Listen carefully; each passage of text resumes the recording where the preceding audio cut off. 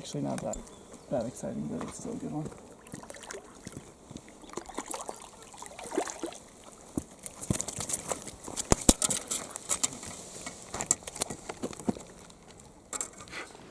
Howdy folks, Cal Kellogg here.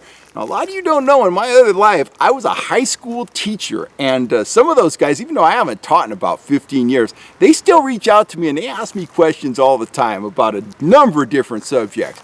But I had one of my former students reach out to me last week. He watches the channel and he reads the Fish Sniffer, so he's a good guy. His name is Zach, and he is married now. He's 30-some years old. He just bought a house. He's gonna have a baby. And I don't know what happened there. This guy's 30-some years old, and I'm the same age, so go figure that one out. I don't know. I haven't aged a bit myself, but of course I'm kidding. Anyway, he asked me, he's a bass fisherman, but he's all, I want to get into doing some trout plugging this year, and I don't have a boat. I'm fishing off the bank, and he asked me, what are the top lures for plugging from the bank? What would I buy? What would I advise him that, he shouldn't leave home without? So here we go. This is for you, Zach. Thanks for reaching out. I'm glad you're doing well. And let's talk trout fishing. So, of course, you're going to need your trout rod, something, 6.5 to 7.5 feet long, spooled up with 8-pound test, decent quality reel, a reasonably fast action rod with a fairly sensitive tip. Like this one right here. I got this one armed up with a gold 1/4 ounce Castmaster, and I think that's a great place to start.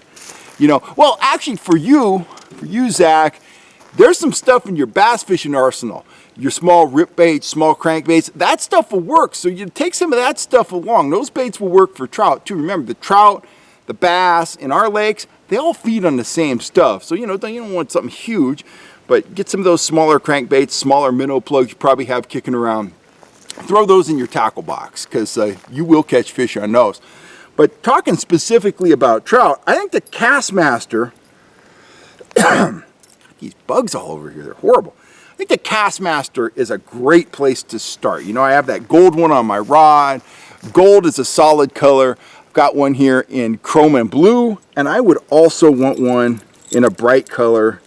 My preferred color on the bright side is the old orange on one side and chrome on the other. So gold, chrome and blue, chrome, and something bright, orange, fire tiger, something like that. It's got flash on one side, got the bright color on the other.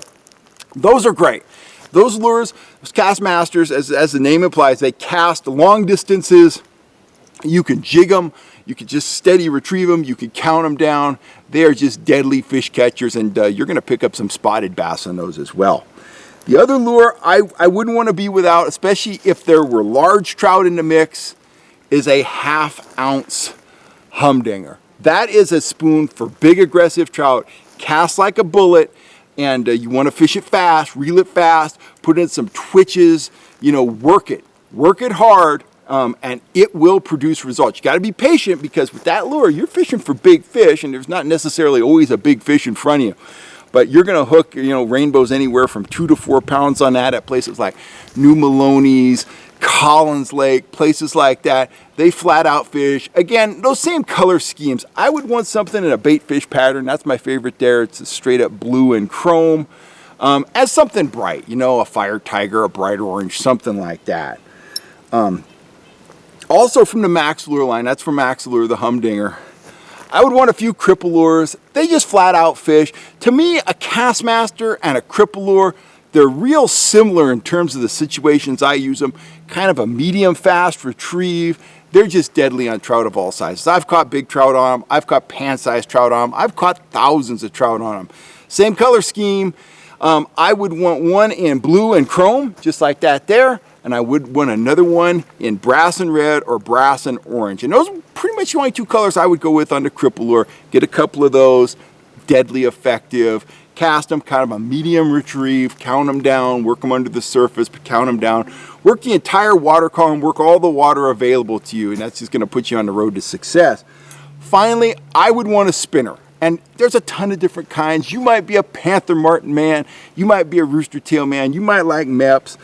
I think I think that is the 1/6 ounce Rooster Tail. They're hard to beat.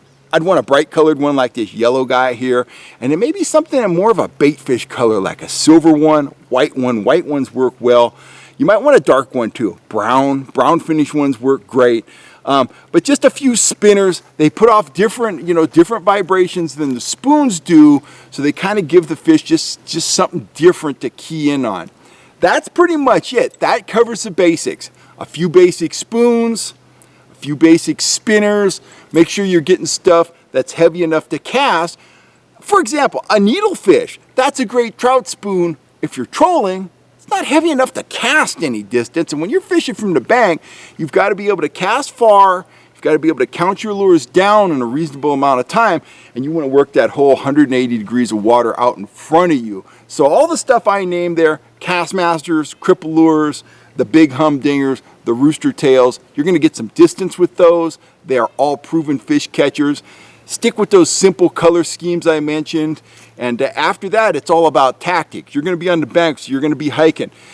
Target those drop-offs. Work those points, the transition areas, all that stuff. And remember, work the lure all the way back to your feet, particularly as the water gets colder. Those trout will follow that lure right up to the rod tip practically and hit right at your feet. So be on your toes. I hope that helped Zach when that baby comes along. Congratulations in advance, and send us a picture. Send us some fish pictures, but send me a picture of that baby too. Anyway, I'm glad you're doing well. I hope that helps you catch some fish, and maybe we can hit the water this year, sometime in the winter time, and go out and do a little bank fishing. I know you live down in Sac, and I'm right up here in the foothills. So anyway, thanks a lot, Zach. I'll catch all you folks right here on YouTube next time. Thanks for supporting the channel. If you haven't subscribed, please do. If it wasn't for you guys, I wouldn't be on here doing this. So I just feel blessed to have all the viewers that I have, and I hope you guys get some useful information out of it. And I'm going to get out of here. These flies or mosquitoes, whatever they are, they're killing me.